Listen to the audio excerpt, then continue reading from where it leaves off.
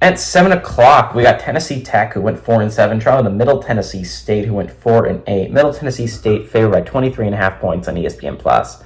Nicholas Vattiato went 286 of 428, threw for 3,092 yards, 23 touchdowns, 13 interceptions. Jaden Cradle had 90 carries for 427 yards and 2 touchdowns, and Holden Willis had 46 catches for 697 yards and 5 touchdowns.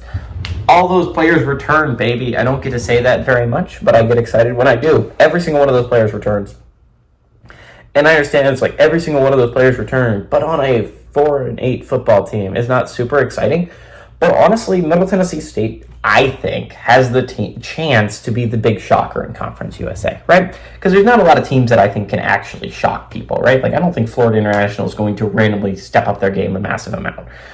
Maybe Sam Houston, because Sam Houston was very close in a lot of those games.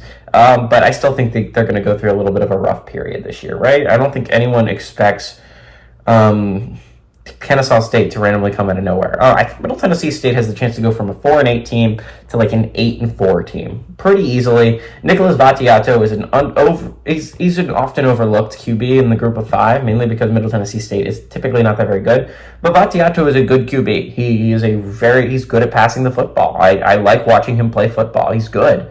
There's a lot of things that I would change. Obviously, there were some things you need to change. He went 4-8, but I mean, this is a team that I could easily see pushing Liberty to a little bit. Like, I could easily see them winning a lot of team. Remember, this is Middle Tennessee State that gave, I think, Missouri everything they could handle last year. Like, this was a hard Middle Tennessee State team to play. It's just a lot of the games didn't work out the way you would like them to if you're Middle Tennessee State. I think that changes this year. I'm a big fan of Middle Tennessee State. I know that not a lot of people are saying that heading into the year. I think Middle Tennessee State has a chance to be pretty good.